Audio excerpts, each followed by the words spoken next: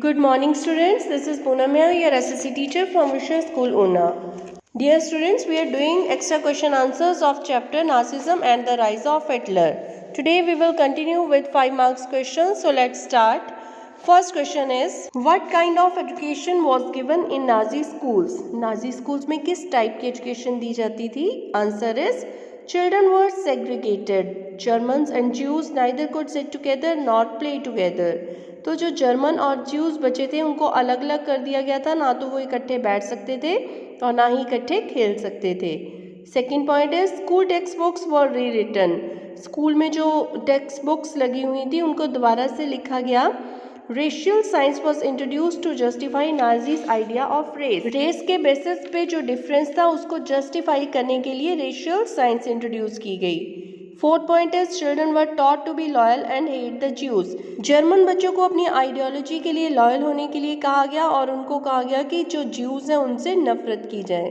Fifth point is, boxing was introduced as Hitler believed that it could make children iron hearted, strong and masculine. तो boxing की भी introduction करवाई गई Hitler के time में, क्योंकि उसको लगता था इससे बच्चे जो हैं वो आयरन हार्टेड होंगे, स्ट्रॉन्ग होंगे। Question number 2 is, had media played any role in the propaganda of नाजीरिज्म?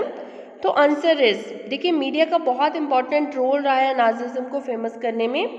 Media was carefully use to win support for the regime. तो अपनी रेजिम के लिए, नाजी रेजिम के लिए मीडिया का बहुत केयरफुली यूज किया गया ताकि उनको सपोर्ट मिल सके।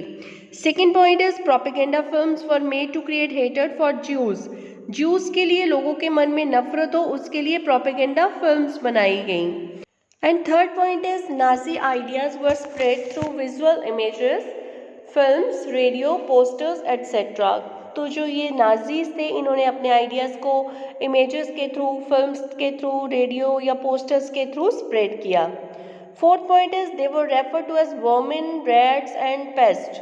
जो ज्यूज थे उनको कैसे रेफर किया गया, किन चीज़ों से? वर्मिन, रैट्स और पेस्ट जैसी चीज़ों से। Fifth point is, Nazism worked on the minds of the people, tapped their emotions and turned their hatred and anger at those marked as undesirable। तो ये जो नाजीज थे इन्होंने लोगों के माइंड के ऊपर काम किया, उनके जो इमोशंस थे उनको टैप किया और उन लोगों के मन में ज्यूज के लिए जो अनडिजायरेबल थे उनके लिए हेट भर दी, नफरत भर दी। Question number 3 is, the treaty of Versailles was humiliating on the Germans, give reasons. कि किस तरह से जो ट्रीटी ऑफ वर्साइल्स थी उससे जर्मन्स ने अपने आप को इंसल्टेड फील किया। तो answer of this question is, first part, the peace treaty at Versailles with the allied was harsh and humiliating one. तो जो बहुत इसमें स्ट्रिक्ट पॉलिसीज को अपनाया गया था जो ट्रीटी ऑफ वर्साइल्स थी। Second point is, the allied powers demilitarized Germany to weaken its powers. तो जो अलाइड पावर्स थी उन्होंने जर्मनी की जो मिलिट्री थी उसको ख़त्म कर दिया और उसको डीमिलिटराइज कर दिया ताकि इसके पास कोई भी किसी भी तरह की पावर्स ना रहें।